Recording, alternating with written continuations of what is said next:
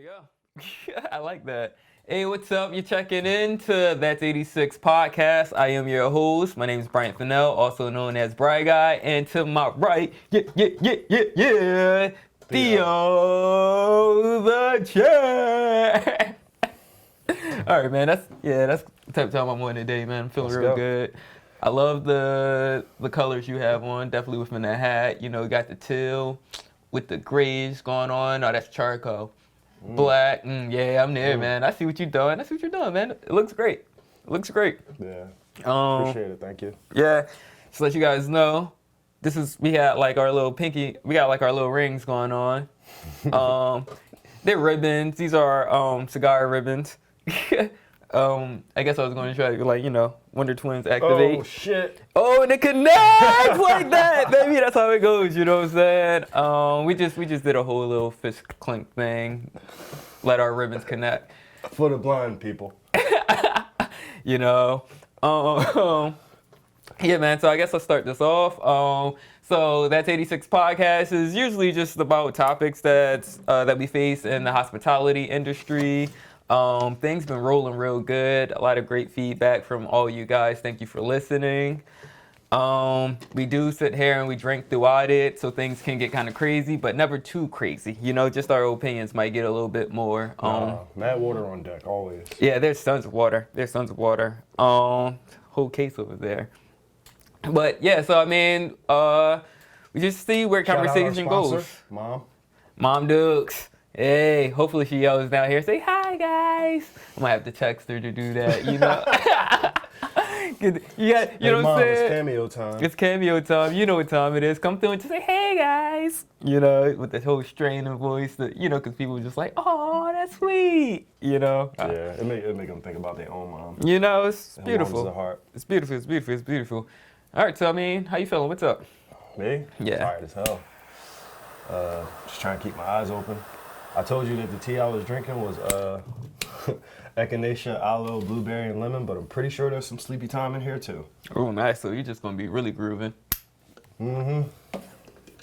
Obviously, I quit smoking cigarettes and weed, but you know, cigars still on deck.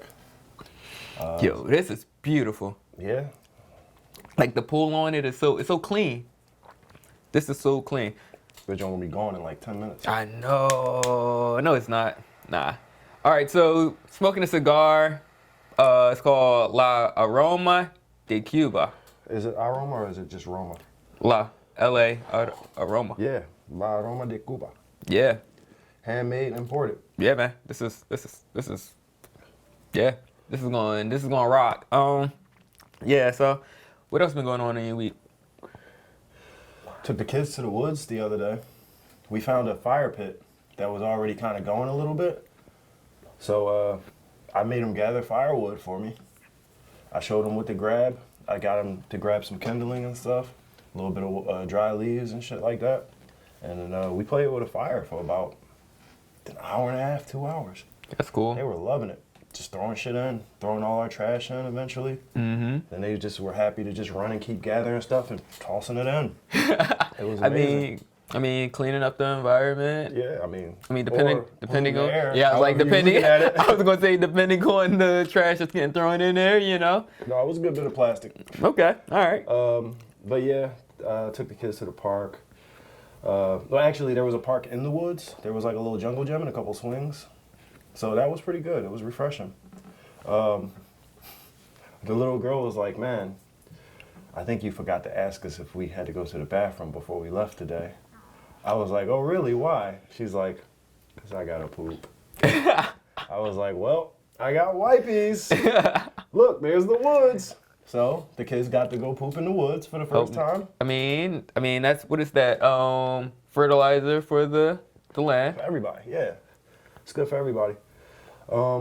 Yeah, and I got turtles yesterday, which I'm still trying to figure out how I feel about. But, you know, aside from that, yeah, just a regular week with me. How about you? I mean, same old week. Oh, man. So I've been showing up to work late. Constantly? I mean, it's not all right, I guess so. It depends on how you want to define constant. Like 3-4 times in a row? It wasn't in a row though. I mean, but it's been happening. 3-4 times in the last 2 weeks? All right. Now here's the thing. Okay. Right? Okay. There's a thing. Let's cheers. Cheers, Yeah. guys. Yeah. I forgot about that. Cheers, guys. Cheers to you. All right. So I hate a motherfucker who's late. You know that? Mm-hmm. Me and you have a commitment. We come here regularly, and we try our best to be like, you know what I mean? Yeah. And it's not, you know, it is not like, okay, 12:01 we clocking in. Mm-hmm. But We're here. 12:10, yeah, we kind of are clocking in. We're you know? here. We give or take. We always within 5-10 minutes of each other, and that's great. That's amazing. And if it's not like that, then it's really unenjoyable. you know? Yeah. Yeah. So, Yeah. Just get back to your job again, please. Yeah. I mean, you know, how can I say this? All right. Okay. One of them. All right. I guess they all are my fault. I told you. I think I expressed on here. I think I expressed on here that that one time it was definitely my fault. And when they asked the reason on the documentation, I just put NA. Like, I'm signing this. I admit that I was late. You know? Right, and I'm not telling you why. Yeah. You don't need. It doesn't matter. It's late. I'm late. You know what I'm saying? So I mean, like. Should have put toothache. So, so I know then they were like, well, do you have a doctor's note or a dentist's note or something? No, it just hurt. It was like, you know. It was hard to get up. I mean, but like overall, none of it matters. Right, it doesn't. Because you don't owe them any excuse. Yeah. You're late. That's Yeah, it. yeah, you know. So I'm just like, all right, cool. I can take that, you know. So the second time, it's definitely it's traffic, you know. I mean, that's how the expressways are now, you know. What was I? The second time. I can't even remember the second time.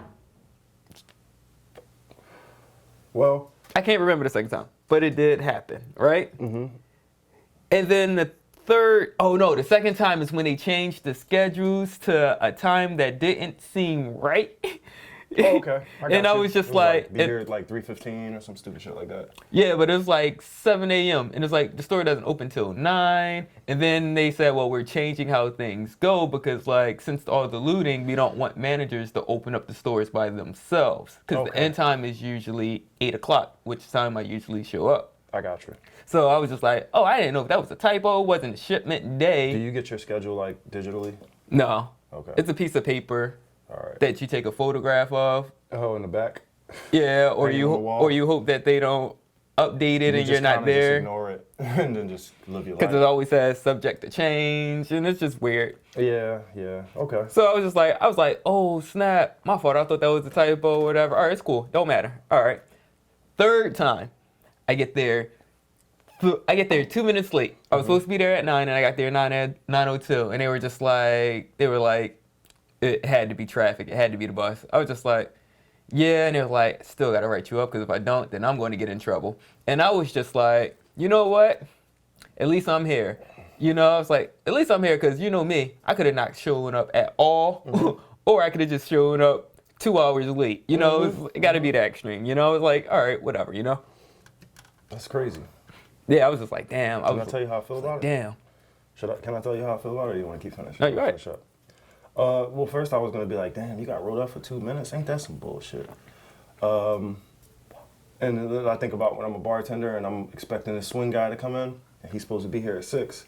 He need to get his ass in here at 6. I'm hoping I see him coming at 5:55 so he can go in and put his goddamn shirt on. Yeah. You know what I'm saying? Yeah. Because this next table that walking at 6 is his motherfucking table. But at the same time, there's leeway. I ain't never been no bitch. I can handle it all on my own if I really wanted to. So when he walks in at 6:02, I ain't got nothing to say.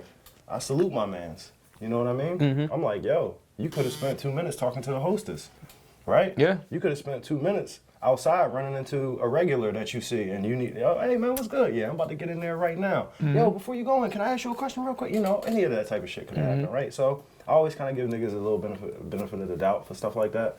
But at the same time, I see where guys coming from. Yeah. Not to say, oh, I'm gonna get written up even if that weren't the case. It's more so like 2 minutes is still late. Yeah. Because if you do 2 minutes, then you're gonna do 3 minutes, then you're gonna do 5 minutes. And how much further will you go if I let you, you know? Shit, I mean, That's how people are. I've been already 2 hours late prior. Yeah. Then I got there the second time. No, it was going to be the third time. I got there at 9 a.m. Okay. So 'Cause you I thought basically that got was- written up because it was just the third time period. That was it. Sorry, guys. Well, no, just because they have to.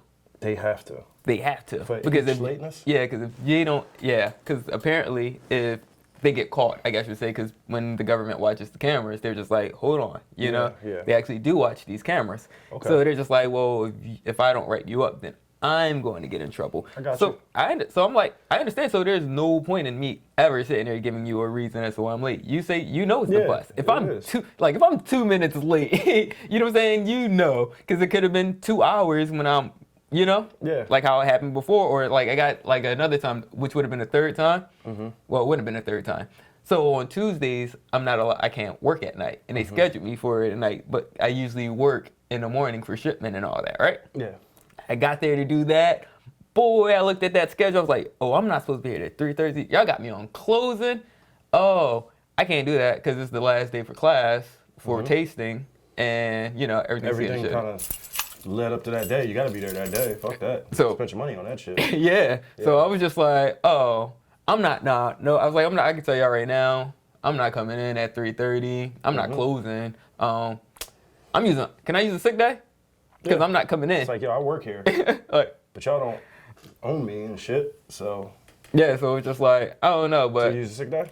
huh? Do you use a sick day? Yeah, but I don't get paid for it, so it doesn't matter. It's just So I'm you just just- calling in sick. Basically. So, okay, that's funny because nobody can cover you. Can anybody cover you? Is there coverage? I don't know. That's not your job. No. To find coverage. Yeah. Of course, I love that. I remember So when they I had a changed. job that So I they gave- changed. Hold on. So they ahead. changed the schedule from next Tuesday because they had me closing again. And they were like, let's just skip this whole conversation. I like that. That's good. They're proactive. I was gonna say when I had a job that I really cared about, I made it a point to be in that part of the city an hour in advance. Whether or not I'm gonna be out there shopping or whether or not I'm gonna be out there just resting, sitting on a bench, looking at some trees, reading a book or whatever, I'm in the motherfucking neighborhood. Because it won't be no bus and it won't be no traffic and it won't be nothing. Like if it's traffic, it's foot traffic. I'm running, but I'm gonna make sure that I'm within a block or two of my job, an hour in advance. Even sometimes they call and be like, "Hey, so and so is swamped," and it won't be me. Like I'm not the person that they know for that, but there's people who they know live in the neighborhood, so they'll be like, "So and so swamped or so and so is late. You mind just popping in a little bit earlier? Is that something you can do?" And I like to be dependable, and I like to be that guy. Like, yo. Yeah, I'm right around the corner. I'll pop in. Relaxed. Bam. Hey, how you doing? I'm good. I'm doing you a favor. That's what I'm doing. That's how I'm doing, nigga. Yeah. You know? And then to start my day off, however it is. So I think when I care about a place, which is very rare, but when I really care about a place, I definitely make sure, like, yo, one thing you won't be able to say about me is I ain't on time. Because I've actually been fired from a place for consistently being 5 minutes late every single fucking day. My schedule said 3:10. 3:10 my schedule said. And everyone who worked my position would come in at 3:10, go in the bathroom and get changed and then come out and do work at 3:20. Me personally, I got there at 3:12 to 3:15 every day. And then one day they were just like, "We're tired of this shit, you're fired." And I'm like, damn, nobody said shit to me? Y'all could have told me that it was bothering you. Yeah. But no, it wasn't 3:10. Every day it was 3:15. And then I liked that job too. And a whole bunch of people really liked me there. So I was hanging out like maybe 2 days after that, and all of the staff came and visited me where I was hanging out and were like, "Yo, you need to go get your job back, bro. We'll go with you. We'll stand next to you." And I was like, "Are y'all serious right now?" So I actually walked back into that place and asked for my job back. Could you imagine me doing some shit like that? That's not me at all. Walk back into the could place and imagine. ask for my job. Walk back into the I was like, Depending on the pressure. I was 20 years I mean, old. the peers who were I was asking. 20 years old. Yeah. I walked back into that place and asked for my job back.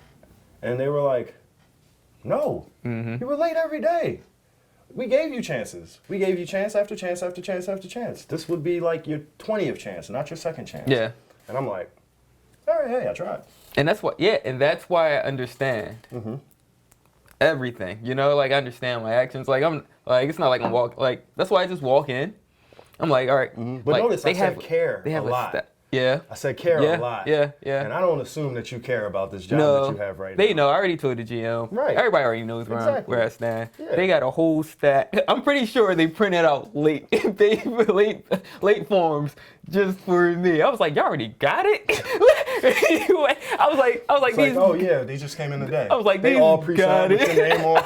All they like, had to do is fill in the time, and they're ready to send out. I'm pretty sure because before they had to print them out, and now they just whip it Everyone. out. But now they ready. Like, I was just like, oh snap! All right, well, Wow. NA, Wow.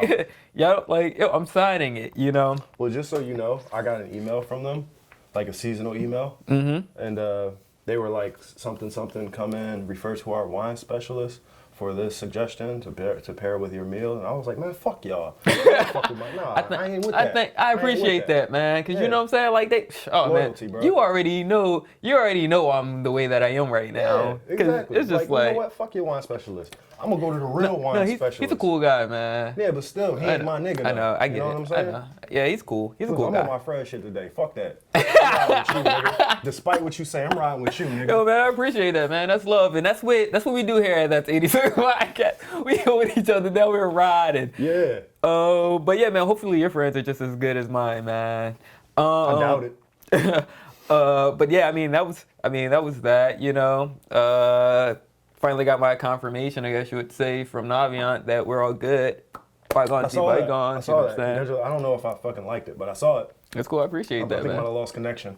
No, I liked it. Yo, Something man, like look, I already know how you know what I'm saying. Yeah. You know, but no, like everybody's asking, that was like, the most how do likes you got feel? on a post, like, in your whole life. No, man. No. No. Really? No. That was a lot of likes, man. Yo, I get a lot of likes. But you know, I don't even care about any of that. I don't do it for the likes. Fuck that. But I'm about to pull your shit up. Like, but no, seriously. All right, so like when people are asking, like, how do you feel? Like, because we've had this conversation a few weeks ago when you were just like, yo, man, that shit don't even matter. I don't know why you so pressed over it. Like, that shit, you know what I'm saying? Yeah. And I'm just like, it takes a whole, like, yo, it takes a huge burden off of me financially, because that was holding me back for a long time. And then it also, their family ties with me. That. So me and my mom did have a rocky, like, yo, man, that's how I got kicked out. Yeah. Oh, okay. You know, like those student loans just had a whole lot of like negativity within my life and unresolved issues. Stafford loans and shit. You know, like all of that stuff. So it's just like, well, since it's like a clean slate. That's awesome. You know what I'm saying? Awesome. It's just like now it's like, oh, you don't owe them no bread, so I don't owe them no bread. You know, and all that kind of stuff. And it's just like, so now I mean, granted, mom's in a whole different mental space. You know what I'm saying? Like, this is what, 15 years in the fucking. Like, she's a whole different. She's a different person. I'm sorry for the loan. 18. But she removed herself from it a long time ago. Okay. But like, let that nigga carry that. But she was still responsible for whatever she was responsible for. Though, yeah. Right? Yeah. So I mean, all right. Anyway, but yeah. So you know what I'm saying? Like, so it just takes away a whole lot of like what I would like to say is false pressure from me, and that's what you were talking about in that conversation. Like, that don't mean nothing. I'm like, I know it don't, but it means a lot. You know. So I mean, that happened this week, and it's just like, yeah, man. So you know, between like the job. And that is just like, yo, man, life is pretty good. That's nice. That's good to hear, man. I know, like 2 weeks ago, you was like, man, I'm tired of this shit. Yeah, man. I don't know how long this shit gonna last, bro. Oh yeah, what this or the job? The wine spirits. Shit. Oh yeah, man, because I'm waiting for them to fire me. Yeah. But then if they fire me, then that's unemployment. They're not going. You can't. Wait, have you been there 6 months yet? Yeah. Nah. We'll try to last 6 months. Cause So, basically, my mother, she's in healthcare, and she's a hero. She is an absolute hero. I see like notes and letters that people leave her saying like, thank you for making our parents' lives so special and making them smile so much just by being you. That's beautiful. Like, she has a big personality too. She does. And she says like, you know, all I do is I go in there and, you know, whatever. It comes natural to her, but she cares. And she's like one of the few at her job that does care. And people actually like give her gifts and give her stuff outside of whatever. And her bosses be trying to shade her and shit. Like, people be trying to get her contact information, and her bosses be like, I don't know if she wants you to have that. Knowing damn well, like, my mom is a people person. Like, she's connecting with these people. She look at them like family. So, she's a hero. And with all that said, they came to her about a week ago and was like, hey, we're getting short-staffed. We need you to work the COVID unit. And she's like, hey, I got a heart condition. I have anxiety. I'm already on some medicine, some medication for it. She was looking at that shit like a death sentence. Yeah. And she's like, nah, I got kids at the crib. I got babies, you know? And it's already one thing for her to go out of the house and do what she's doing, to be a hero every day. But then it's another thing to go out of the house and just kind of know, inevitably, you're going to bring something back. Yeah. So she was like stressed out about it. And she came to me, asked me for advice, you know? And I basically told her, them niggas can't do shit to you. They can't take nothing away from you.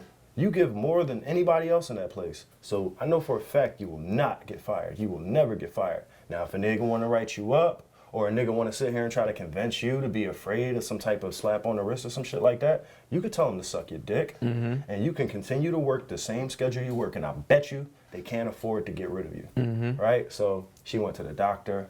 She tried to get a note. The doctor was like, I mean, I can't really give you a note. She was like, what? What the fuck you got me on medication then for? If you can't give me a note to say that I ain't supposed to be fit to do this, how you can give me fucking pharmaceuticals and shit? And how you could charge me for stupid shit like that and tell me I gotta come get checked on whatever. So now she's like, well, fuck y'all, I'm okay then. And then she goes to work and they're like trying to pressure her. So they're like, okay, well, if you can't do it, you gotta go on medical leave. And my mom was like, all right, I'm gonna talk to, she talked to me about it. She first talked to me about it and she was like, yeah, they say I gotta go on medical leave. I was like, I'm pretty sure that's not what they meant. I'm pretty sure that they're not sitting there telling you that because you refuse to do this, that you can't work there anymore and you need a doctor's note to prove that you can't work there anymore. That's not what they're saying. So she wrote an email to the higher up, went right over that motherfucker's head, whoever that head nurse in charge was, and the head nurse in charge heard about it, obviously, because whoever she sent the email to, they hit the head nurse up and was like, what? What the fuck did you say? So the head nurse had to call her back and say, oh no, what I actually meant was, and then that's when my mom knew she had the power. And that's when she knew, oh, y'all niggas can't do shit to me. You wanna write me up, write me up. And I told my mom how I felt in my last job where I was like, I gave so much of myself and I knew that I was the person who cared the most, to the point where, and they just kept putting more on me, putting more on my plate. And I'm like, yo, you know what? I'm gonna do me. And y'all not gonna have a problem with it, because me just doing me is still better than you giving 100%. I'm gonna just do me. So I went in there every day and I was like, if you got a problem, fuck it, fire me. I actually told my boss, if you got a problem, fuck it, fire me. Because I'm on time, I'm doing more than everybody else here, and I'm leaving when I wanna fucking leave. And on top of that, I'm smoking weed every day. So if you got a problem with it, fuck it, fire me. And they never fired me, because they couldn't afford to, because I changed the culture in that place. I made things great. Same thing with my mom, she's a fucking hero. So I told her, listen, tell them to fucking fire you and see what they say. See how fast they face change. So she did it. She went and sat down with the lady and was like, look, if you got a problem, honestly, just fire me. Because I can go somewhere else. Healthcare workers are needed all over the place right now. And just because you got me right now, that don't mean I can't go somewhere else and get whatever the fuck I want from them. And I told her, like, I helped them, and I tried to help give her that confidence, to let her know what her value and her worth really was. Bro, they changed up completely. She going and coming as she please. She look happy now. The weight is off of her shoulders. You know what I'm saying? Yeah. And she knows that she's a hero. Yeah. She realizes it. And the thing is, it comes so natural to her. It's not like she's slacking and her macking now. No, she can actually move freely. And she can move without the stress. So with that said, just to relate that to your story, man, them niggas can't take shit from you. Oh, no. They them know niggas that. Can't take shit from you. And as long I'm as they good. know it, you fine. That's why. Like, Make it clear. Make it clear, employees. You do have some power. Yeah, like, cause the whole money thing, cause that's usually what people try to dangle over your head for power. But then, like me coming in there buying every day I leave, they're just like, yo, They know you ain't broke as shit. Yeah, they're like, are you a trust fund baby or something? Like, are you selling drugs?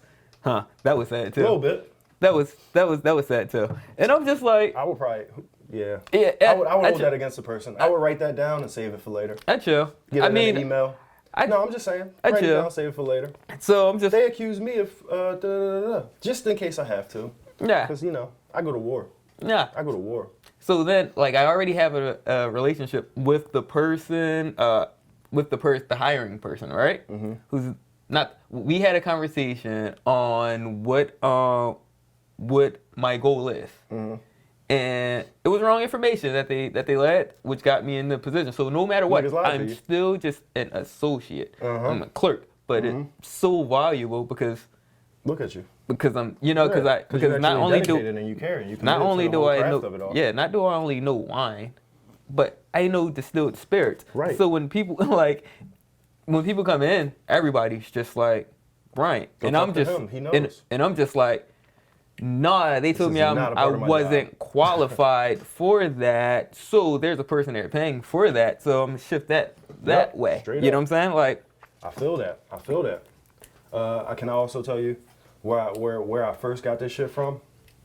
I worked at Tech Showcase a long time ago. And there was a situation that happened when these niggas couldn't pay me. It was the day that checks went out, and the day that checks were supposed to go out, I swear it might have been the 28th.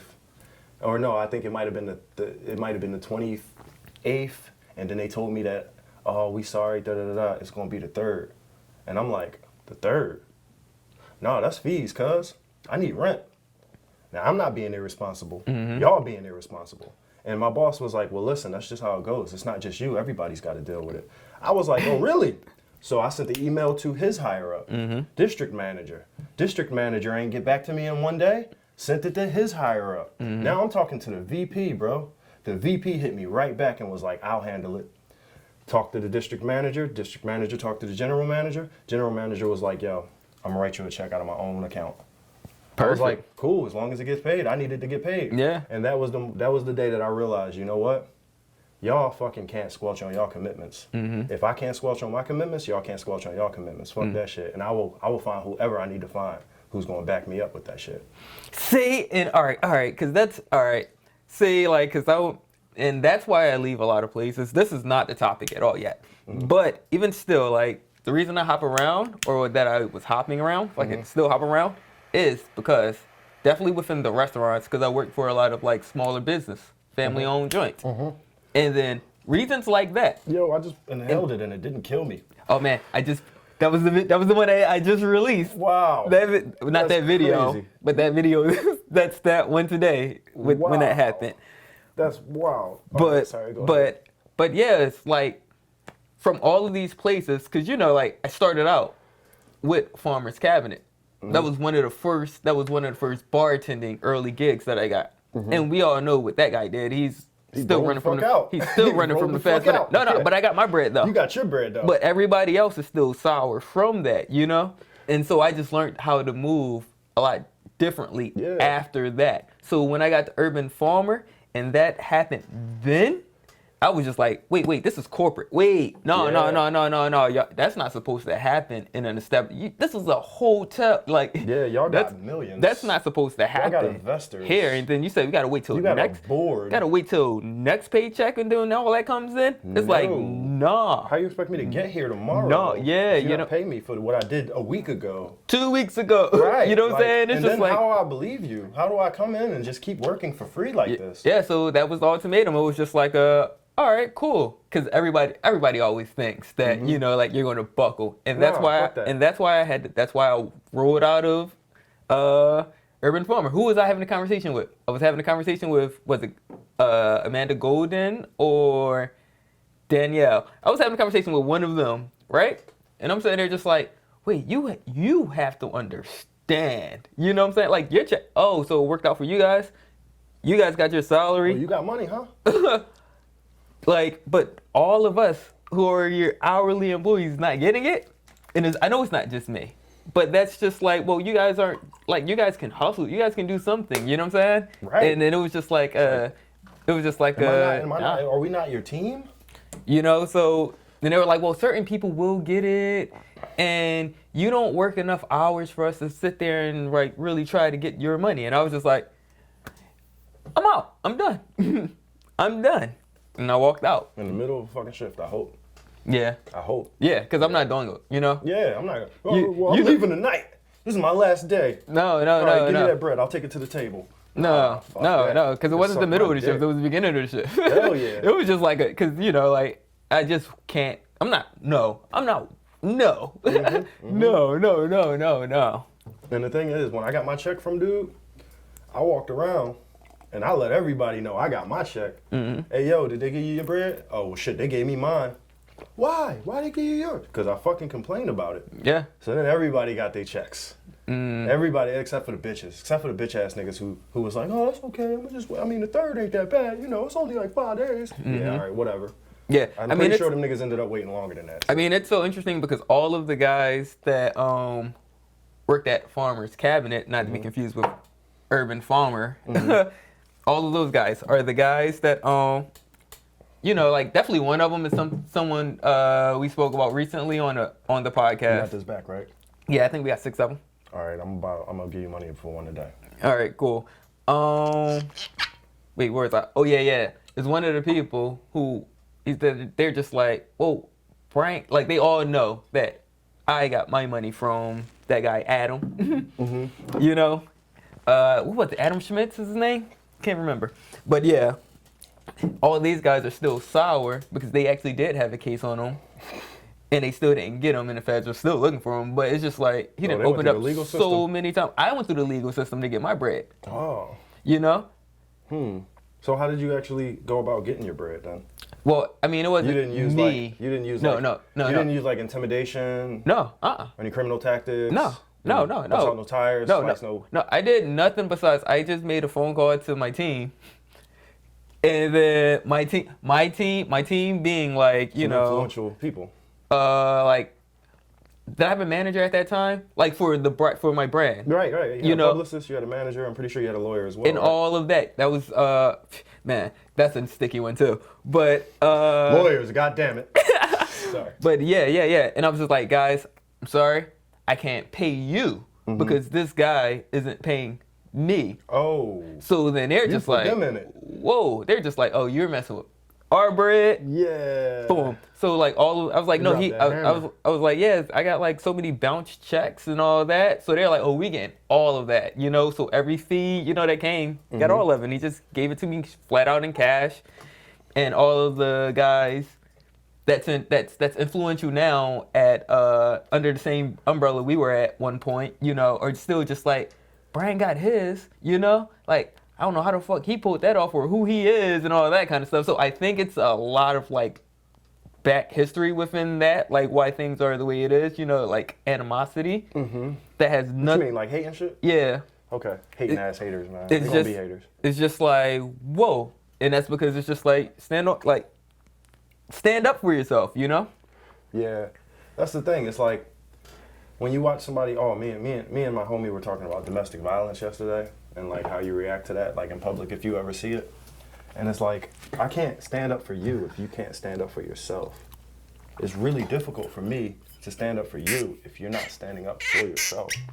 You know what I mean? Mm-hmm. So it really... Because it's like, that's not my battle, right. Not only is that not my battle, but this is my battle. Yeah. And I didn't even want to have to do this, but I have to do this. Yeah. So I'm not just a motherfucking warrior. I'm not just walking around waging wars. No. I just have to defend myself. Mm-hmm. And hopefully you learn that lesson from me, Hopefully that type of shit. But yeah. But, what can we say? What can I say? All right. Well, that was a good warm-up. Sorry to take you guys that route, but, I mean, like, it's all triggering when you hear it. When you hear methods of intimidation come in, and not just your industry, but in other industries, and it's just like not deserving people, but to caring people, it's like people will sit there and take that as a sign of weakness, and it's just like, no, no. Like, even with the whole, like, nah, whatever. What? Because I was going to say the whole, no one standing up for yourself. Like, I was sitting there thinking about, like domestic violence, which is touchy in a whole different, like, area. But it's like, it's just like, if you're friends with that person and you know that they're getting abused, it's just like, how could you sit there and allow that to happen, or just look the other way, but like, that's your problem. Like, it's just like, no, that's inherently, that's our problem, because like, that's our problem, because I care about you and I don't want to see you go through this, like, like, look, you can stay with me, like, you can do, it's so many things, and like, I don't know, because that's a touchy subject. And the thing is, I can't speak for anybody else, but me personally, the way that I would approach it is like, I do want to make peace, you know, and I do want to. I want everything to work out as well as possible, and I don't want to see anybody that I love be victimized. Yeah. Yeah. But on the same note, I can't, like I said, if you're going to allow yourself to be victimized, the only thing I can do is try to convince you not to let yourself be victimized. I can't pull you away from something that you keep going back to. Yeah. Yeah. Because otherwise now I'm fighting not for you, I'm fighting you. And you're fighting against me, you know? So it's real difficult. Like I don't want to say like I've lost friends over situations like that, but I've definitely had to let people go and do what they want to do, you know? Yeah. Even though it might not be best for them, I just got to let you go do what you want to do. I'm still here for you. When you decide that you want to come back and do what you're doing, like I'm not fucking rejecting you. I'm not saying, hey man, well guess what? If you're going to keep doing that, I don't want to talk to you. No, Yeah. it's not that. Well, what it is I can't keep fighting this battle because you're not fighting. And if I'm fighting, then I'm fighting you. Yeah. Like, that's it. Yeah. And Yeah. so, yeah, it is touchy, but at the same time, nobody wants to see that shit. Yeah. Nobody wants to deal with that shit. That shit is fucked up. Yeah. When I was talking about it yesterday, we were talking about it in a different context of like what happens if you see it in public and you're just completely removed from the situation. So like, I guess if we was to apply that to this professional circumstance that we're talking about is like, what if you worked for a place, for a team where you might not be so close with all of the people who you work with, but you realize they're getting fucked over. You know? Yeah. And it's like, damn, I can't necessarily, like, I don't own a boat. Like, I don't own a fucking ship. I can't employ all of you motherfuckers. Only thing I can do is just put something in your ear, you know? Spread these seeds, drop these words. I've been in that situation. Everywhere I go, I'm in that situation. And the thing is, like, that makes you a detractor. Like, you know, that makes you fucking the problem. Yeah. And sometimes you realize that some of these people are only free in their own bondage. So you have to just remove yourself from the whole situation in general because they want to be in that abusive relationship. Yeah. And that hurts. Crazy. That's crazy. All right. So also, I guess this also moves into the topic because that's a good segue because now we're talking about the psychology of how people are. So last week where I got these cigars, I went to a cigar event that my friend was hosting, right? Right before shutdown happened or lockdown. Okay. Are we on lockdown right now? Yeah, I mean, well, there's no indoor dining. No indoor dining. Across the board? Yeah. Okay. Well, not across the board, in Philadelphia. Yeah. There's no indoor dining. So, yeah, there's, all the places that made strides to do what they no could do, none of gyms, that. no Okay. anything like that. I mean, no. I mean, because you still have the people who have the capital Right. that sit there and build indoor dining outdoors. Yeah, of course. You know, and since then, a lot of people have been doing it. That's good. A lot of people was like, all right, well, if he's doing it, I can do it too. You know, man, that's monumental in itself. But yeah, so sitting there just having a conversation with this guy. Like, all right, so it's a cigar event. So the people that's there, it's a small intimate kind of group gathering, I guess you would say. Had to be probably like 10 people or a little bit over 10. And smoking cigars, just showing love, having fun, you know. And then it's this guy, and what was this? Yeah, so it was a group, and we're talking about the powers that be, Okay. right? Meaning the bosses. Yeah. In this, so he comes from, I guess, not political background, but he brought up like lobbyists and everything. Okay. So then we were sitting there trying to bring one fashion together because we were talking about music. Okay. It got the music, and it was just like, what he was saying is just like, well, artists are lobbyists for the agenda of whoever they're working for because, you know, the message of the music that's coming out or the lyrics, how it's glorifying these things and all of that. And I was like, I don't know that there's an agenda to sit there and be like, let's keep this out because it's going to hold down this whole class of people, you know? I think it's more so just how business works where the market and demand is there, so plug and play, rather than, you know what, I'm just going to bring this person on just because the influence they have will hold down an entire race. You know, I don't think that that's the first agenda. Do you think it's part of the agenda? It could be part of the agenda for some, for some. But I don't think that's the first thing, because in business, the first thing is like, where's the market? Right. Oh, snap. That's the market? Yeah. It's easier to sit there and just put somebody, just Do you think that give there's ever a time when people would just sacrifice a little bit more money just to oppress people a little bit more? If so, I can't come off the top of my head with an example, but I would say, yeah, I think so. Yeah, Like, I think so. Get to a certain level, but you already have, you are the machine. Right. You know, you're the top, you're the head of the machine, and it's just like, well, because that's the elitist. Okay, well, can I just change it around a little bit? Yeah. All right, so let's like apply it to like sports or something, right? And you look at one of these guys who maybe owns a team, like maybe a baseball franchise. This individual is already a billionaire. Always, more than likely, unless it's like an ownership group, which is the case sometimes. But typically, if it's an individual, this person is a billionaire already. So what they want from the team oftentimes isn't necessarily money. Okay? And there are people who get to that point in their careers all across the board where they've earned what they wanted to earn and they have the lifestyle that they want to have. So now they really just want to flex influence. They really want to just make things happen outside of the spectrum of what they do professionally. Like they might have oil, you know, they might have foreign currencies, they might have a whole lot of different investments, they might have this type of industry that's just completely under their lock. But they want something that they can be passionate about, and they want something that they can care about, where they feel like they're actually making a difference in the world. And there is a lot of cases where people are like, yeah, I mean, you know, fuck it, we're gonna run at a loss because we got things we want to get done. And I do believe that once you get to the mega rich, and once you get to people who are like, you know, 500-600 million into the game, I think that the agendas do kind of widen and broaden to be a lot more than just. But that's elitist. Money. Right? I mean, maybe.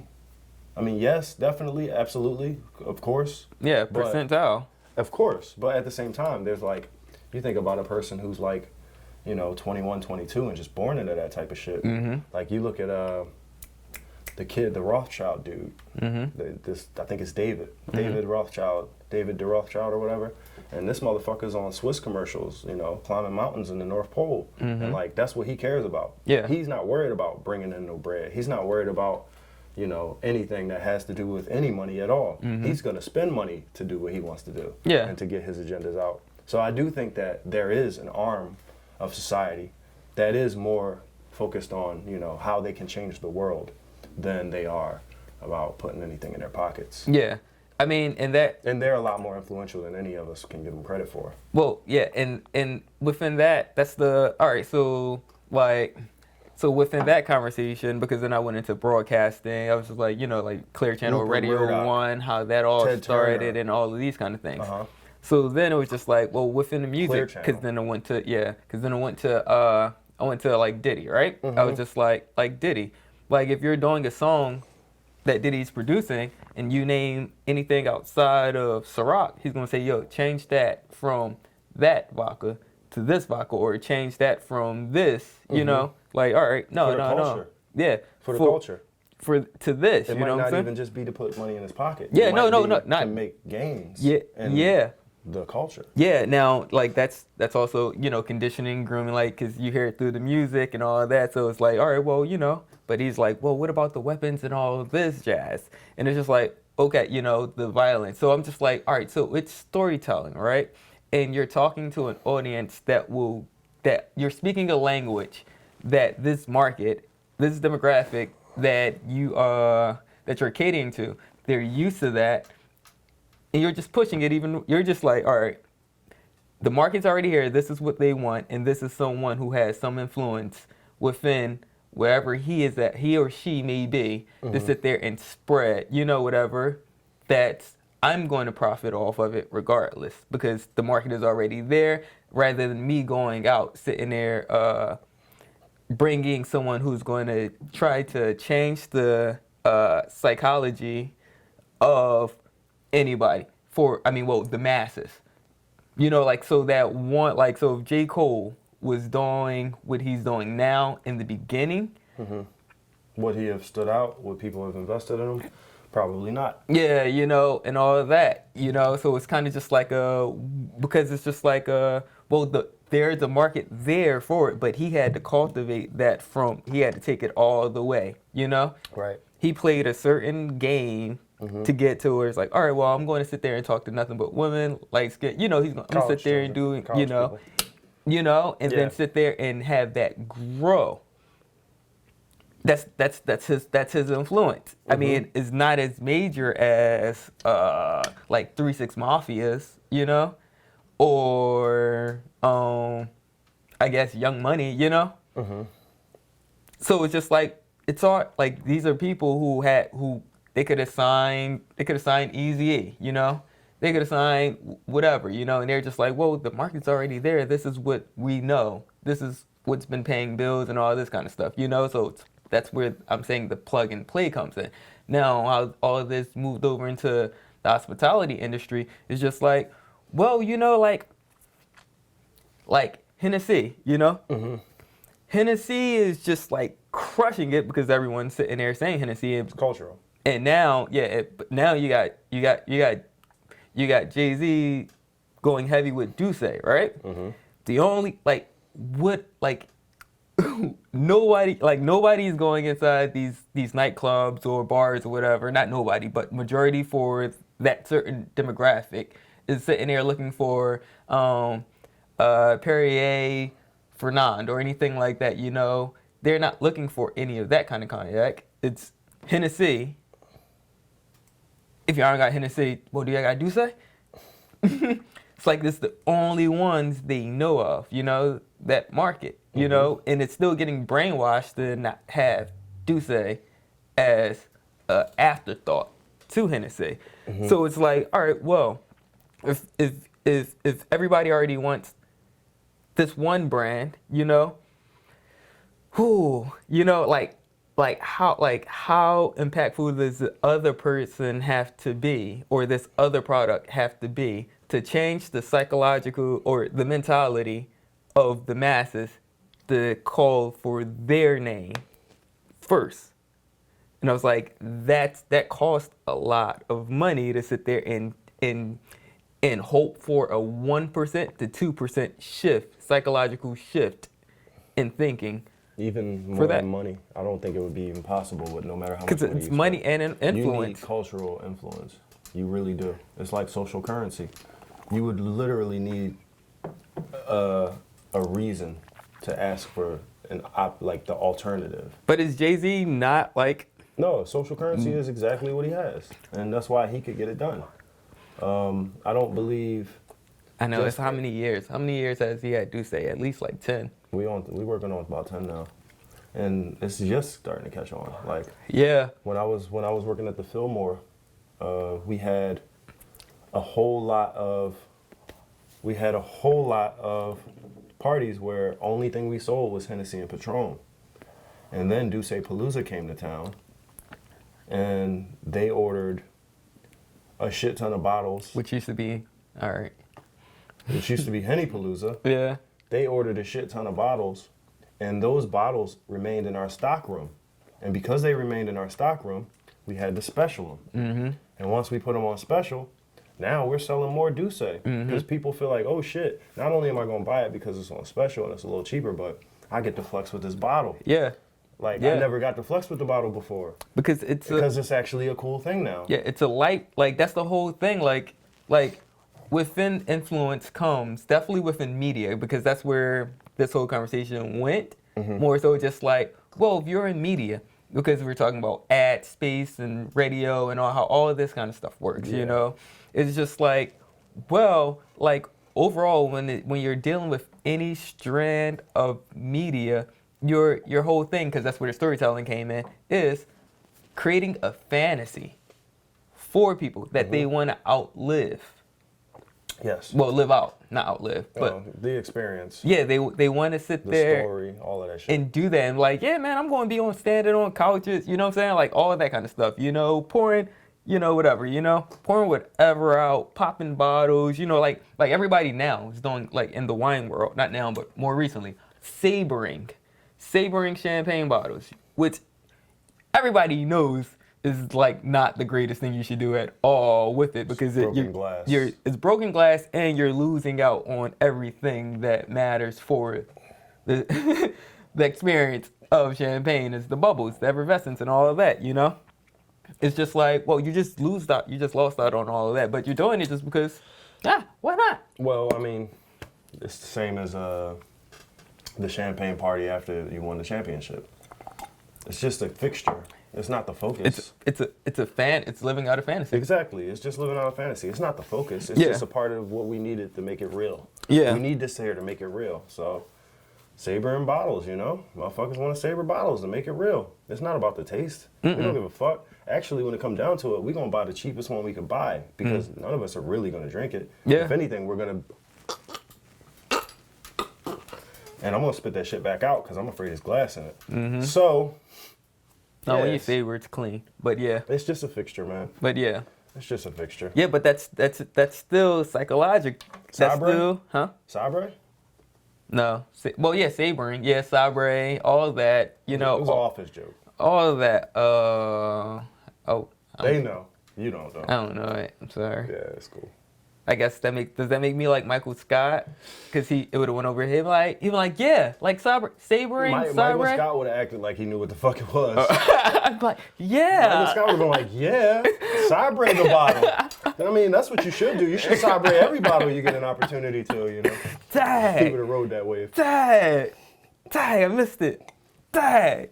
All right, man. It's all good. I'm trying to get there to can that only be one Michael Scott. I'm trying to get to that Michael Scott level, man. But yeah, man. But yeah, so it's still that it's still the psychological impact that people are trying to live out. So and that's where it came in with the where's I going with that? Douce versus Henny. Well, cultural impact. Man, I mean, because that's a whole major thing. Done. No matter how much money you spend on it, won't get it done. Yeah, I mean, well, yeah, no, because then that's when. Because the lobbyists. Okay. So the artist. Wasn't Nas on Henny commercials? Like within the last 2-3 years? No, he had to do. He was on Henny commercials within the last 2-3 years. Yeah, I think he had to deal with them. Or a partnership. That's fine. But yeah. I don't give a fuck. But it's just funny because the Henny, they have to reach into the culture too. Mm-hmm. And they gotta have that same cultural significance. I know John Leguizamo's been doing Henny commercials for at least the last 8 years. I don't know who that is. John Leguizamo? Yeah. It's okay. I know his voice.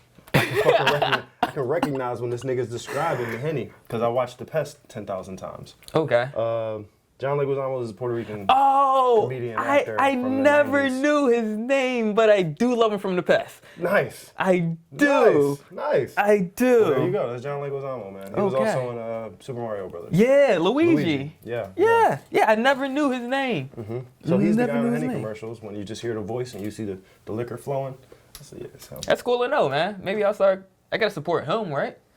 You know, like you gotta support my Latina and my Latinx. You know, brothers and sisters. Exactly. We're all in this together. We're all, you know. We're colored. We're all colored. But yeah, like the psychological shift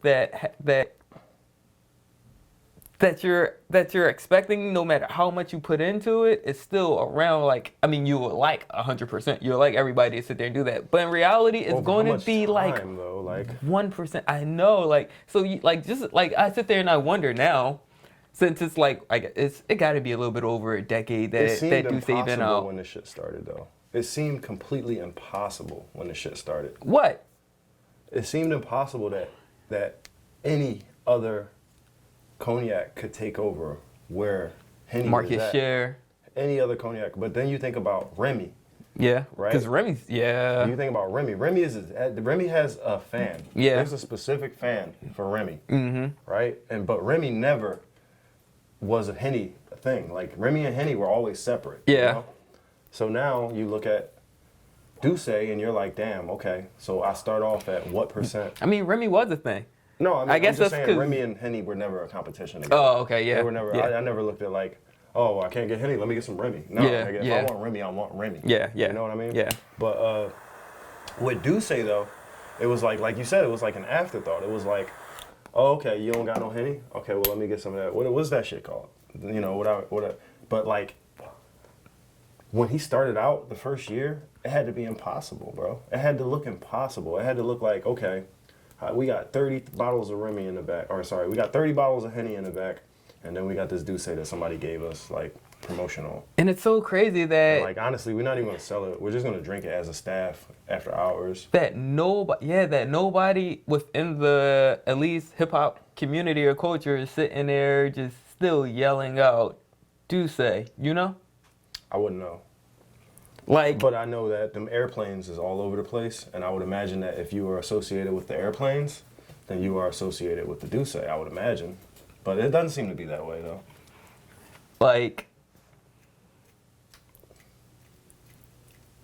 cause it's crazy, cause even still, like J. Cole is still yelling out Henny. Is But when Jay's around, he switch up to the Douce. He said that in a song. You know what I'm saying? So it's like to change the mindset. You know? It's crazy. Like I said, I'm pretty sure that Jay has to be ecstatic with the progress that he's made Yeah. so far. And Has to be, because it seemed impossible from the beginning. That's a whole different mindset. Remember And Armadale? yeah, that didn't fly. I know. And like, what did Puff have before Ciroc? He had something before Ciroc. Did he? I don't even remember. Did he? He did. Puff had something before Ciroc, and I don't even remember what the fuck it's called. I don't remember. Yeah, but it was there. Something existed. Hey guys, correct me if I'm wrong. I'm not. But Puff had something before Ciroc.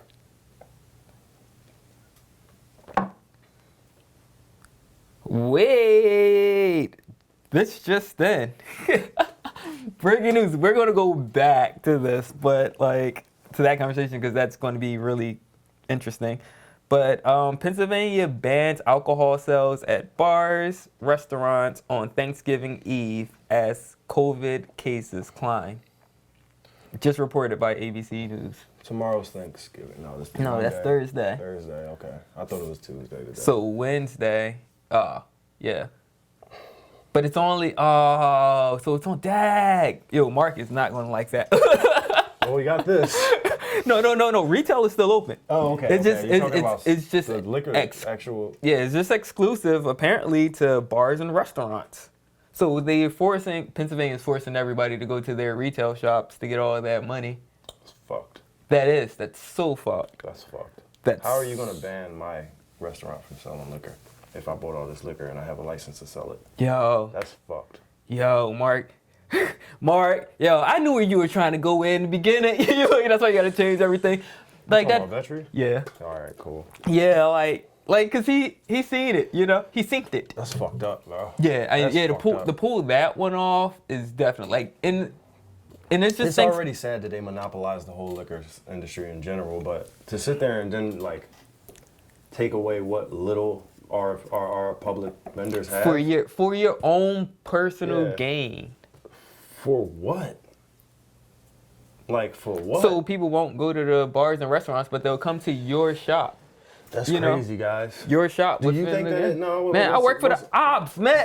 You do work for the I ops. work for the Well, ops. it's all right. We need a man on the inside to let us Man, know. this is We need a man on the crazy, inside to man. let us I'm know. trying to get. Double agent. So look, though, this crazy. is what I want to know. Like, let's be reasonable here. Let's be rational. Do you think that there is even like the slightest possibility that this is actually going to save some people's lives and actually help some folks? Do you think that this decision is actually the responsible thing to do? What, this one that they just did? Yeah. No.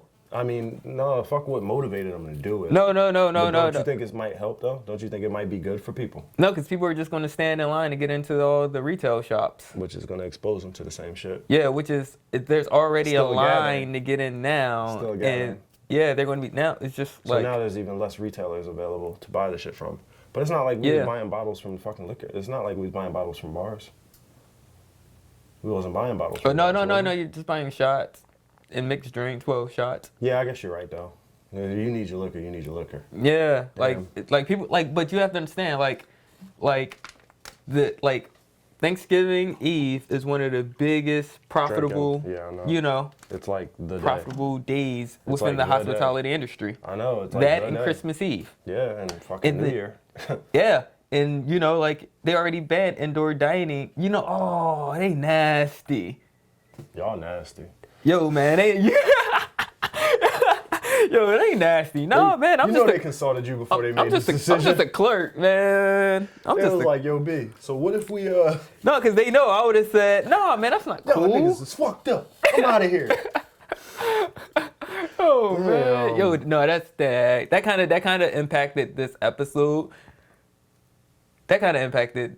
All right, man, yeah, man. It's like the psychological warfare that people are going through. You know, no, I mean, just sit there like, yo, man, that's a whole different conversation. Or understanding that that to try to gain market share within conglomerates already, and like that is pretty major. That's pretty big. So you know, just This sitting is already a back. government-funded monopoly. Wait, no, I'm not talking about the retailing. I went back to Jay-Z. And Oh, okay. I went back to that. Go ahead. I went back to that. Just because it's just like even the understanding that you just said, to sit there and be like, yo, I'm pretty sure he's happy. You know, 10 years, numbers are increasing. He's got a, dude, he probably went from like fucking .00000 nothing to motherfucking, he might have about 7 or 8% right now, which is huge. Yeah. Definitely to centuries, you know, of people sitting there drinking. And the thing is, it's Those not other gonna, ones? it's like, if he keeps it moving, it's not gonna get lower. Yeah. Like, generationally, it might be double that in 20 years. Yeah. You know? Yeah. And that's not bad. No, That's it's great. Yeah. That's great. great. That's great. That's he great. bought that for very little. Yeah. He Yeah. bought I mean, that shit for very little. yeah, and Ace of Spades too. Yeah, who fuck knows what happened to that shit? No, that's still rocking. I ain't never had it. I got you. You saw my post? Wait, is that why you bought I this? didn't know. I didn't see your post. I didn't see your post. I got you. really did. I got you. I got you. I remember the only nigga I know that had it is him, and he don't know shit. So Yeah. I mean, it's a little bit on. Oh man, like it's a little bit on the expensive side for no reason. I What didn't is say it? it. No, I said it's a little bit. I was going to say it's a little bit on the sweeter side. Oh no, what is it? It's not sweet. What do you mean? What is it? Brew. It's- Oh really? Yeah. Why is it sweet then? Well, no, see, because there's a percentage I know. you could There's levels to this shit. that you could sit there and call something sweet. Yeah, you can call it brute. You But call it brute, sweet extra brute. You can call you can call it extra dry. You can call it a lot of Yeah, It's a lot do of the different laws terms, even but it's matter? brute. No, Are it is. there laws to it? Yeah, there are laws to it actually, and I mean as long as it's under a certain amount of Sugar added? sugar, yeah, grams per liter. Okay. Yeah, but yeah, no, it's good. Is it not great? I mean, it's not. Is it a value? It's not. What is that? What do we just have? Saloon. Okay. It's not Saloon. No, of course it's not. So is it a value though? Is it a value? Because it's not. It doesn't. It's not that price either, is it? No, it's not. It's not that price. No, it's probably like a deuce or three, right? But it's not that price. It's. Well, I can't say it's not that price because that was a vintage. They like Saloon only drop vintages. Mhm. Ace of Spades is new vintage or non-vintage. Oh, no year. Yeah. No year listed. Yeah, I mean they have done some vintages, but that's like the rosé. So yeah. This shit is so floral. A lot more floral than I remember it being. But yeah. So a lot of things. Yeah, I'm trying to get back to this Go ahead. We on it. psychological shift We out here. because I mean, like even like I'm your just trying to keep up. your input within it is just like, oh dag, you know, like because because we're going back to the artist being, or not even artists, bartenders, servers, no different than artists, no different than just being an employee. Yeah, but a head distiller is a fucking artist as well. Yeah, because you're still an employee. Because you can make some decisions, Yeah, right. but you're still pushing the Somebody else's agenda shit. Yeah. of whatever, you know what I'm saying? And the agenda of said boss. No, see, that's crazy though. I don't want to think about that when you put it in like music, I know. or if you put it in like paintings. I don't know. want to think about that. I know, but Like, I mean, yo, you're gonna paint what I want you to paint, but you can paint it your way. yeah. I don't want that. I don't think, want to think about that. But I don't think it's set like that. Definitely within like the world of painters, artists, because it's just like, well, I mean, like within our studio, we usually carry portraits that's like this or paintings that's like this, and you just don't fit that.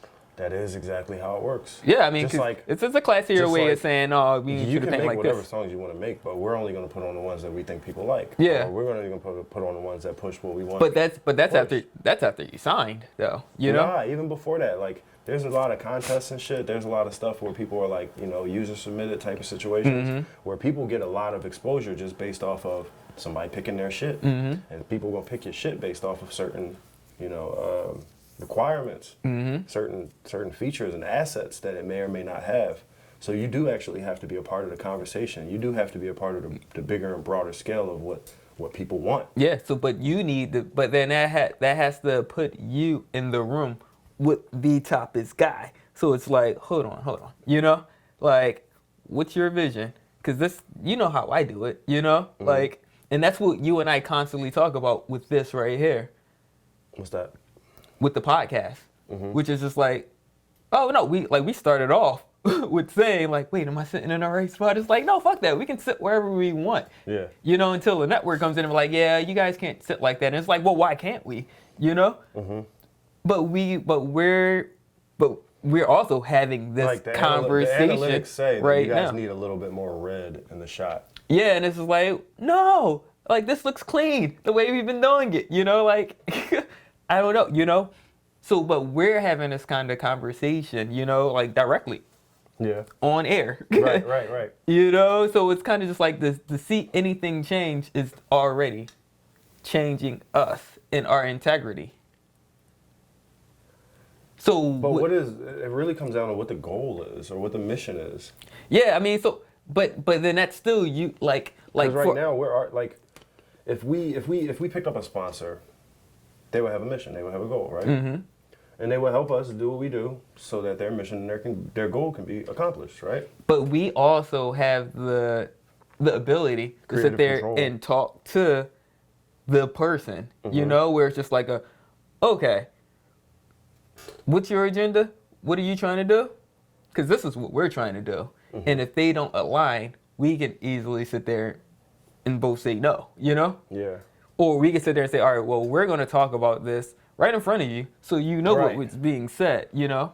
Because it's not like our livelihood is at stake or anything like that. You know, what matters to us is the art of this, you know, the integrity. Right. You know, it's like, well, what's being compromised? Ooh, good question. You know? So therefore, like, I don't like, do I know if this platform, this podcast is going to sit there and change, is going to sit there and be influential to the 1-2% psychological change of people in the hospitality industry? I really believe the content we put out is worth it. Yes. Absolutely. You know? I think we changed people already. I think we changed mentalities and minds already. But to the masses of 1-2%, if you put us, if you know. What's your man name? What's your homie name? Our rescue man. What's his name? Oh, John Taffer? Yeah. John. Yeah. What his podcast, the value that his podcast offers, and I'm not talking about the show. The show is a different thing. Yeah. He don't make no money off of his pod. He probably makes a little bit of money off a little bit. He earned me. But he made his money off of that. So the podcast is actually a passion. That's a passion project. So and his books. So yeah, exactly. That's a passion project, so to speak. So for us, that's what allows us to maintain ultimate power, because it's a passion project, so to speak. Yeah. Just like when I brought up my mom, you know? It's like, yo, I'm good at this. I'm going to do this shit anywhere, nigga. I don't need you. Yeah. Right? Yeah. So, like, I think that's what gives us the ultimate power, but that's also going to limit us. That's going to limit our growth, and that's going to limit our exposure. Yeah. But we're okay with that. Yeah. Because if it gets to the point where we can't enjoy it like how we enjoy it now, then we're not going to do it anymore. Yeah, it's just like, I really don't feel like showing up this week. Matter of fact, I don't feel like doing this at all anymore. So do you think that Duce is a passion project? I think it's one of the passion projects. I don't think it's a passion project. And I at say all. that, and I say that for the sheer fact of it's just like because he's been in the room with the other conglomerates and he's seen or he had the conversation on how they viewed him Okay. and how they view black people. So it's just See, that's like, different now. Now you want to talk about that, because I thought about that, and I want to differentiate the two. Yeah. Okay. So there's a difference between, all right, I personally feel like I have something to provide to this conversation, something to bring to this table. I personally feel like I have something to bring to this table, as opposed to I see a space in the culture where I feel like you are exploiting us. And I want to give us something that builds us up, or something that. So passion. All right. So therefore, I guess, because to hone in on the word passion, because that's something that he could be passionate about, or that he is passionate about. Right. But now you're saying like the passion of the product tasting a certain way, the way it's represented, all of that kind of stuff. You're talking about like the true art of creating cognac. Passion that way? No, not necessarily. No. Because I think it's still he's passionate about his message. I'm talking about the market share itself. Like, you are not us, but you thrive and survive off of us. So I want something that's us, that's going to thrive and survive off of us. And that even isn't like, oh, I'm just going to give the people something better than what they're used to. Yeah. No, it's more so I see an opportunity for me to swoop in, and I don't even know. I don't even know where to go from there. Yeah. Because I don't want to judge anybody's intentions. I mean, yeah. Because it's hard to sit there and do it without judging someone's intentions without actually knowing one's intentions. It is. So it's all speculation, but that's what this podcast. Is Douce cheaper than Henny? All right, so here in Philly, No. yeah, Is it really? yeah, Is it? probably a couple of dollars. You would know. Yeah, You would know. I would know, Yeah. Okay. but by a couple. But not enough. No, Not it's enough to matter. Yeah. So that's clearly not the angle. no. Is it better tasting? I mean that's subjective. It is subjective, but is it better quality? That's not subjective. I mean, me personally, I would go to Douce before I would go because it's less sweet, probably. to Henny. Man, all right, fuck it. All right, fuck it. We're going all the way in. I hate to offend my political connects, but I know because but I've been with Douce for a while at this point too. So I guess, all right. This is just your opinion, you know? I know. I mean, but I do events for both of them. I do events for both of them, but This may or may not bite you in the ass. It's all right. It's okay. But you'll get respect for being real. You'll get that real respect. Why you gotta do that to me? You'll get that real respect. I mean, like, Because I haven't done them side by side. quality wise, I like Douce more. You know, flavor profile.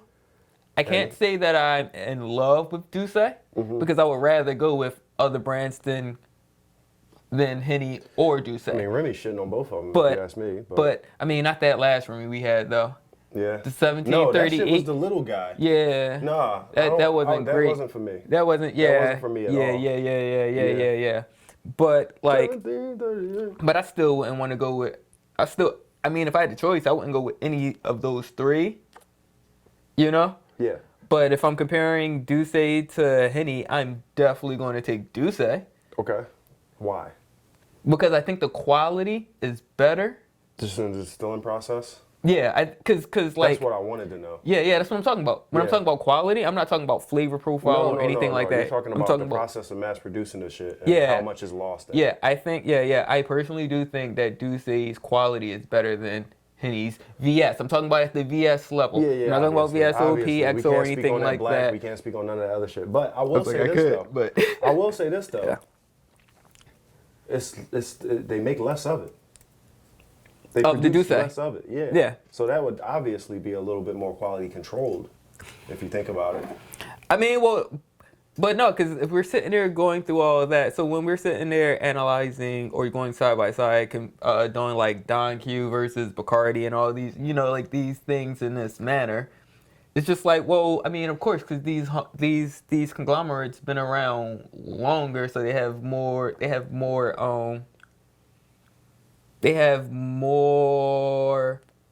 tanks, they have, yeah, just leave it at tanks. They have more equipment to produce more, but within that, these things are like column stills, where they're sitting there just like trying to take out the heart.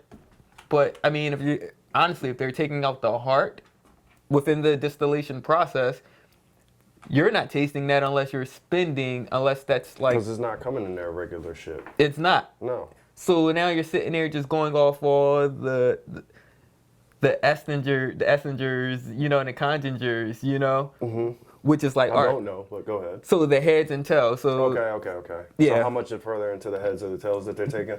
no, well, yeah, that they're putting into Right. the Actually putting into the VS. actual product. Yeah, so I mean, the heads and tails, that's the toxic part. Right, I know. You know what I'm saying? That's not the clean part. So it's Yeah. just like, and that's why these things are blends, and that's why they also throw them in the barrels to sit there and smooth out that harshness. Yeah. So like when we're sitting there talking about like mass producing, oh man, see, look, now this right here made this whole thing kind of conversation like worth it for you guys outside of other stuff. But this is like the part that it's like, oh shit, these niggas know what they're talking about. Yeah. But it's just like, well, like, all right, how can we mask this harshness?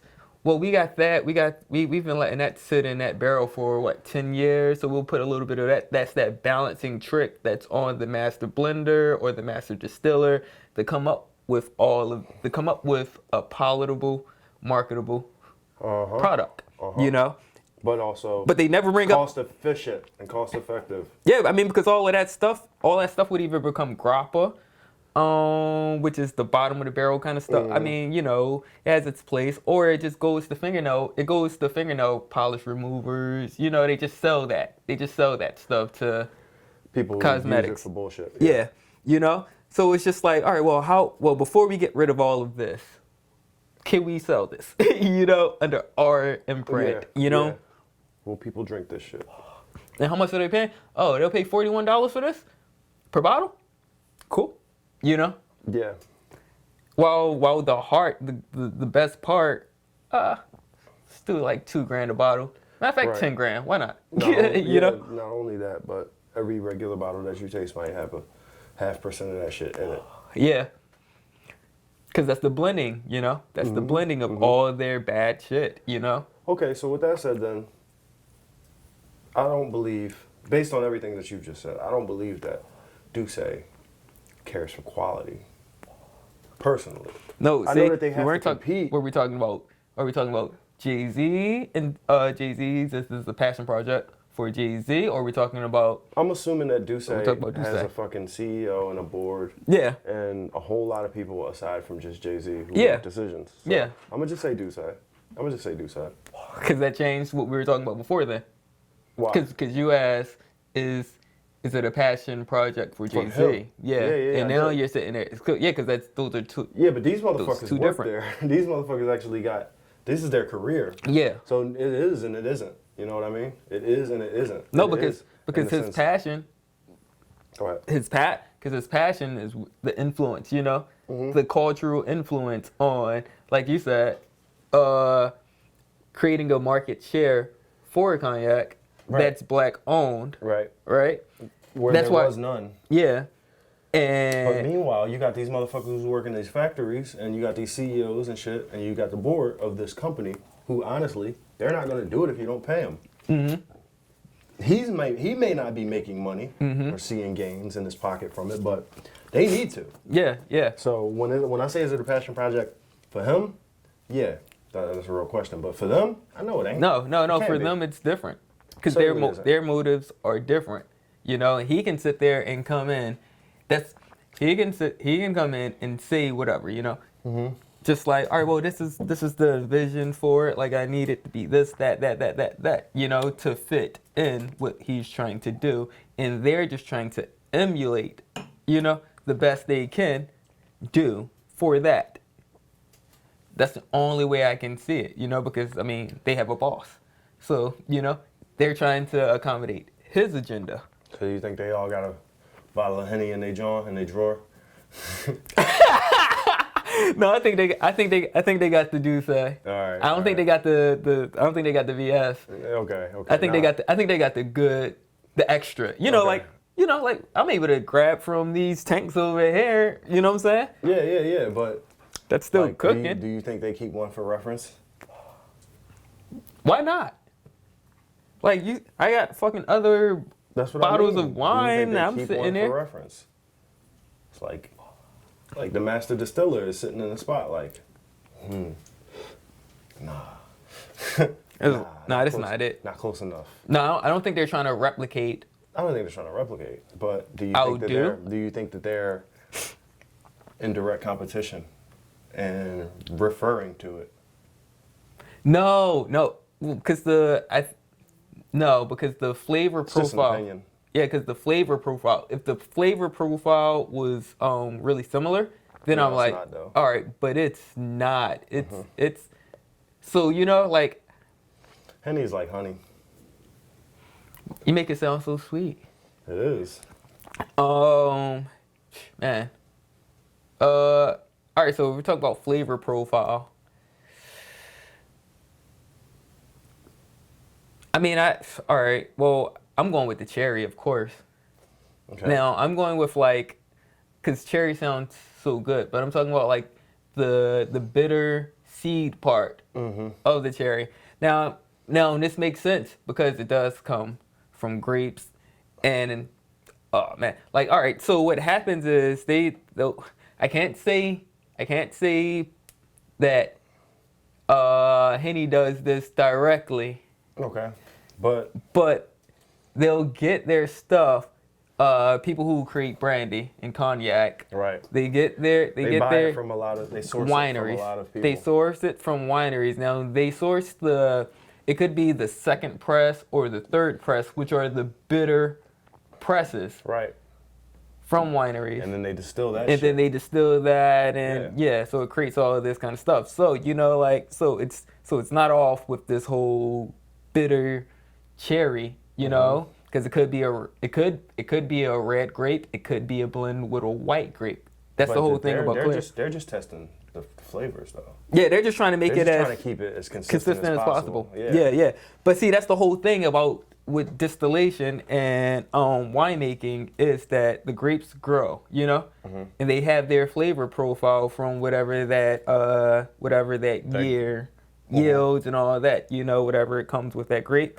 You're trying to hold on to that. Now with distillation, they're trying to cut a lot of that. They usually do. You cut that, a lot of those flavors. So now you're just stuck with alcohol, pure fucking alcohol. That's the idea to try to do that. But obviously, you can't make it as neutral as possible. You try to make it as neutral as possible.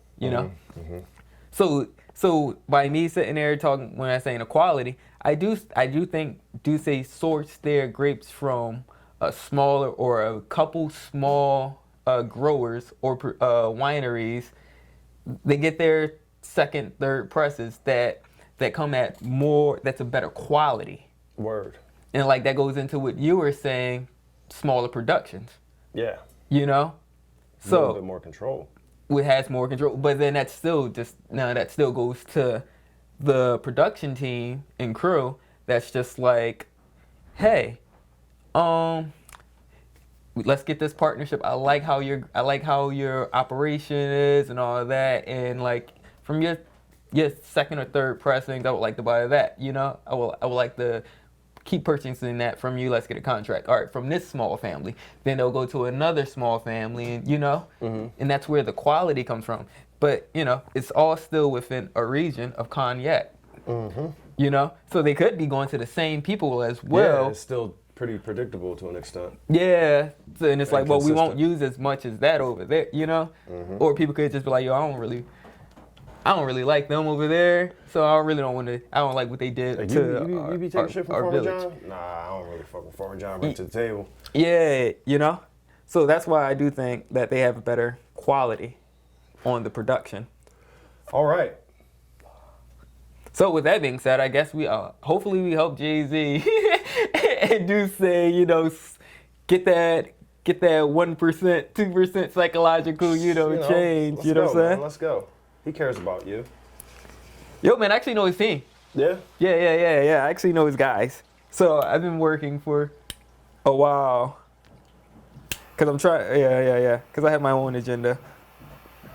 Have my own agenda with that. But that's not why. That's not why I say that. Cause I do know the guys over. Are they good guys? Yeah, man. Everybody I know is good guys. Shit. Except the motherfuckers who convince you to get that job, and then not fucking tell you that it takes 3 years to do it. To be the person you want to be. Yeah, or afterward. Yeah. I mean, but I don't really, I don't know. We just had a conversation where it's like, yo, these are my intentions, but your intentions is just to fill a slot. Mine is to sit there and grow. Yeah. So, and then it's like, whoa, in the government, we don't actually handle the hiring. That's a whole different department within the government, and they don't know anything about any of this. No, they're not worried about that. They got sheets with numbers. No, man, because they also sitting there hiring. Their friends and their family. Well, no, not even just that, but also hiring for like sanitation workers. Also hiring it's government. Yeah. Okay. Everything goes through. Yeah, so it's just like. So it really is just sheets and papers and shit. Yeah. So I can't really say that if he's not a good person, or she's not a good person. No, they just got a job to do that doesn't have anything to do with what you want. Yeah. Ultimately. It's not their priority. Ultimately. But yeah, so we actually just contributed to that, hopefully that thought process of when you're buying these two, it's just like, well, why are you buying them? If you're buying it just for Jay-Z, The shape of the bottle. What are you talking about? I like to collect the little glass tops that Duce got. They're amazing. Yeah, I mean that seal is something different too. I mean, it could be that too. It could be vanity. It could be whatever. Make candles out of them. But I mean, however else. Look, keep telling them, keep telling them. But yeah, man. So that's pretty much how that conversation just happened, and I thought it was really like I was like, I want to have this conversation with Theo. See where his mind would go, and it went straight to production. Quality. So that's pretty good, and that's telling. Because if you sit there and ask a lot of people. I mean, but then these are things people don't think about, and too much heads, too much tails. I don't want to die. I tell people all the time, like, I am not above. If I'm at if you're throwing a party, and you got things Everclear there, Nikolai? Everclear and Nikolai, bro. I've had them both. Yeah. So it's like I've had them both. But I will not. But I will. Just me purchasing it for for the enjoyment. No, like if I was throwing a party, I wouldn't. Those aren't the things that would be on my offering. I want to give my friends nice things. Yeah. I know you want to give your friends nice things. I try to put everybody on. You've put me on a lot of things. So you put me on. So what it comes down to is like, I would hope that the people who own these companies kind of have that same mentality. They just want to put somebody on something that's nice. And that's why I said, I do believe that there is room for passion in this stuff, especially when you're dealing with billionaires. It's kind of so, like you said, elitist, whatever, cool. But I feel like the elitists actually have the opportunity to care about the passion part of it. Mm-hmm. Like, they're not too bogged down by what the profit margins are. Not all of them, I'm not giving them all too much credit, but I will say, to me, it's more likely that somebody who's got $1 billion is more concerned about the quality and concerned about the culture and concerned about just the legacy of it all than a person who's just trying to get an upstart. I mean, just think about because just not that we just did a whole deep dive on like Duce and Henny because of celebrity influence. Right. So we got to sit there and think about like the market because it still goes to the market, right? Mm-hmm. Now, there's already a market for tequila. Okay. And you know what everyone's buying right now, and they don't even care about the price. That Pat Ron? No. What? No. They're buying Casamigos. Casamigos. Yeah. Now, Casamigos is now famously known for George Clooney. You know? But that's a commercial. But no matter what, it's there. The market is already there. George It Clooney is. could have put his name on anything, and people were going to flock to it. Yeah. He could have put it on. He could have put it on a vodka, Yeah. and then that would have outsold Tito's. You know what I'm Yeah. saying? But he put it on tequila because He drinks that shit. And he's and down that's in Mexico. and that's going. You know what I'm Yeah. saying? But that's a growing industry. You know. Industry. I mean, you know who else got a tequila? Guy Fieri. That's not moving like George Clooney's What's it Casamigos. called? I don't know. Fuck it. I just know his face is on it. It's on it? Yeah. Ew. Yeah. And Dog, if you gonna sell me some fucking tequila, put goddamn a star on a bottle, or put an agave, or put a goddamn a hat, a sombrero, or whatever. Do not put no white man's face on the motherfucking bottle, please. If you. but Gonna it's sell me some tequila. Guy. Look, Food Network star. But Well, put spikes on the goddamn bottle. Don't put your face. I mean, now you know who else has something, and it's in. All right, what's his name? What's his name? Ryan Reynolds. Really? Aviation is it Aviation Gin? Gin? That's Yeah, him? yeah, Aviation? That shit's trash, too. yeah. So I mean, it's gin, and I mean, like I love gin, I love gin But- too, nigga. but gin isn't in demand right now. Nah, So nah, I'm nah. sitting there. I'm curious. Like it's so much. I just want to pick his brain about. All right, well, why didn't you go? What made you go with the gin Uh-huh. route? You know, because that gin had its phase like a year before us. Not a year Okay. before us, but a generation before us. Yeah, yeah. You know, I think gin's still big over there. gin is Across the pond. Gin has a market. You know, but people are still. Yeah, people are still going more so for right now tequila. You know, and vodka. Rye had a little resurgence. But that's speaking. I mean, that's a whole nother thing too because people just hear whiskey or bourbon. Bourbon had a resurgence, and then rye had a resurgence Mm-hmm. after, I believe. That had to come from educated consumer, the resurgence, because like a lot of people just they don't when they're asking for whiskey, they just ask for bourbon. Typically, yeah. You know, and then they don't know the difference between sweet and peppery. Right. You know. Or spicy and peppery. Yeah. Yeah. So it's like, oh, so Or if people hot and if people spicy. are coming in, you know, they typically just say bourbon and Oh yeah, definitely. Makers. Bullet. yeah.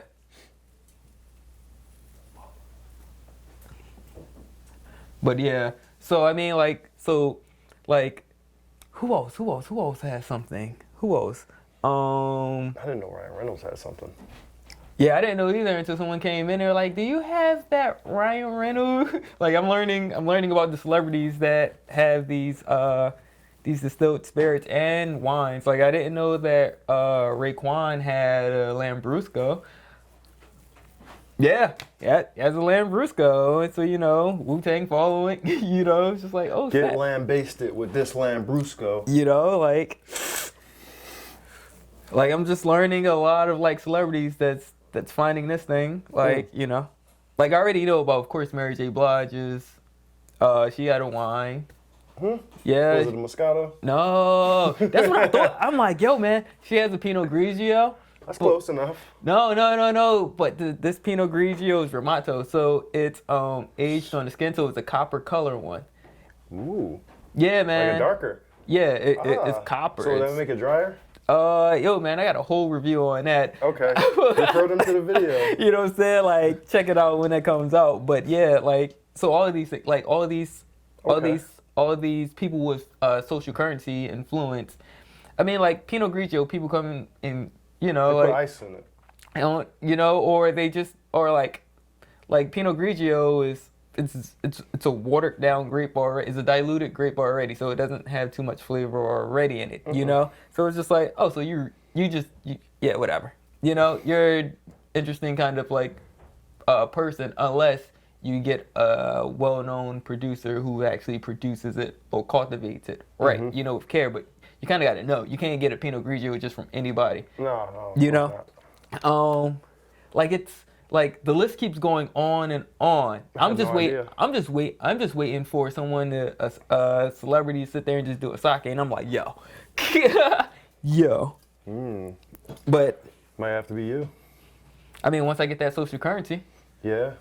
it might be this podcast. Because think about it. Rice wine, Yeah, I know. rice whiskey. I know. That's my whole. Yeah, Yeah. that's my whole. I'm trying to. Yeah, yeah. But you can see that on OnlyFans. No, all right, man. I don't know. Like the shift. I think this like the psychological shift, as you were saying to me, within 10 years is really good. Definitely with Jay-Z, and Duce. What's going on there? So it works. It works. And like you're saying, over 10 years, 7%. That's really good. Hell yeah. I mean, I don't know exactly what it is, but whatever it may be, It's it not was a lot more than it was. It's not 1 or 2%. Right. So it's doing good because you think that's really hard. You would think it'd be impossible to take down a Titan. Yeah. So, all right. I guess highlight. Okay. Cause I don't know. I feel like at this point it would just be beating down a Dead horse. Yeah. So just keep on thinking about the quality of everything that you're consuming, the production that goes within it, and I guess that's pretty much the gem. If you can find that information, which we discussed in an episode that was recently released called Tech Sheets, how hard it is to find that. We actually pulled out the laptop and all of that to sit there and try to find this information. And what did we find? We found a review from someone who's not on a production team talking about it. So that really means nothing. Woo! Glad I ain't start there. It's totally different. Hell yeah. Go ahead. All right. Shout out. Wait, before you get into that. Or highlight. Before you get into that. The quality, right? Mm-hmm. The story behind it, right? The culture that it impacts and or represents. But more importantly, guys, how it makes you feel. Like I left that for you. They have different characteristics and they make you feel a certain different type of way. So, yeah, man, don't overlook how it makes you feel. Yeah. That's really what I try to use to judge all of this shit. Because, I mean, I don't not drink Nikolai because I don't like how the bottle looks. You get what I'm saying? When I did drink vodka, I drank Kettle One. Shout out to Nolitz. Oh, man. Yo, I love them. The Nolitz That family. Oh, man. Carl. Oh, man. Did I tell you about Carl? Matter of fact, I guess that's going to be the highlight right now. Let's go, baby. Yo, man. Carl Nolet is definitely an amazing person to me. Gin. Yeah, I know they actually do make a really good gin too. Yeah. They actually do make a really good gin. But like my first encounter with Carl was in Portland. Was it? No. It was here in Boston? Philly. Oh, okay. No. It was here in Philly. We met at Barclay Prime. For Oyster and Kettle One event. Nice. Yeah. And I guess I don't know. Maybe I stuck out because I was the only black guy in the room at that time. That might be it. Or you was the only nigga smiling and making a bunch of noise. That too. No, it wasn't. No, because I was timid back then. Okay. This is when I felt like I shouldn't or I wasn't really supposed to be in these spaces early in my career. You know. And yeah, man. Well, probably sitting there talking to everybody, having fun. And especially once you got a little up in you. No, this is before. Well, yeah, this was definitely before then because I was still so timid and I didn't feel comfortable and I didn't know how to eat caviar or anything like so that. You weren't even drinking that heavy like that. No. I was still just like trying to learn, And big guy, like big guy, you know what I'm saying? It's just like, yo, I like you. And then just start busting it up after that, and then I just got to hear the family story and how he's taking over and all that kind of stuff. And, like he's talking about his dad, he was talking about, of course, the product, and where they're trying to go. And just being able to hold the conversation with him, I guess he was surprised about that too. Because you have to understand, back in 2015, 2016, more so, maybe around 2014, 15, like I just did the bar 5-day, program and all of that. So I was just soaking all of it in and learning from like Del DeGroff and all of these guys, right? So to use that information when these people came into town, you know, it's just like, oh snap, you can hold your own. And I don't know how many black people across the pond they got to do that with, and definitely here, like I'm pretty sure it was surprising, you know, Yeah. being so young and being able to do that. That was just that. So you know, left, had a good time. Next thing, fast forward a year later, we're in Portland, Oregon, you know, for Portland Cocktail Week, and somebody said something about Philly. And he was just like, Philly, you know my guy Bryant then, you know? And then across the room, I was like, I don't know him, but I get, you know, because it could have been somebody I can't remember right now. But you repping though. Yeah, to them, you know, well, You the face of Philly fucking. to know it. And that's when I was going on. That's when I had that whole hashtag, give me the keys to the city, Oh, you know, yeah. Philly ambassador. Yeah, Oh, yeah. sitting here just doing all of that stuff, you know? Shout out, what's his face? Fucking, goddamn, what's his face? Chill Moody. Yeah, on the Shout out music Chill scene. Moody. On the Yeah. music scene. Word. Yeah. So before any of that, I was already saying there like, give me the keys and all that kind of stuff, you know. But I wasn't in Grammy 365, so you know, I didn't have that access like that, you know. But I mean, and there's not one for the bar scene here. Create one. But I mean, all right. No, because it was like it should be whatever. But yeah, you know, hearing him say that even like a year later after us not having any interaction, and he's like Philly. Yeah. So whenever he thought about Philly, You were associated. yeah, you know what I'm saying. You're the Philly guy. So that was, I mean, not anymore, because then I like, yeah. Yeah, but you were the Philly guy. Yeah, so, you know, like, and then other people would come to me after they met Carl, and they were like, yo, whenever, like I said, I was from Philly, he said, Carl talks about you. you know Bryant. He speaks favorably of you. And you know, these are the people that don't really like Of course. So I was like, oh yeah, Yeah. you know that, how the fuck do you know Carl, you know, and all this kind of stuff. But yeah, man, so shouts out the, Carl know that? yeah, and Kettle One. Yeah, man. Good products. Yeah, man. And Keep it coming, baby. word.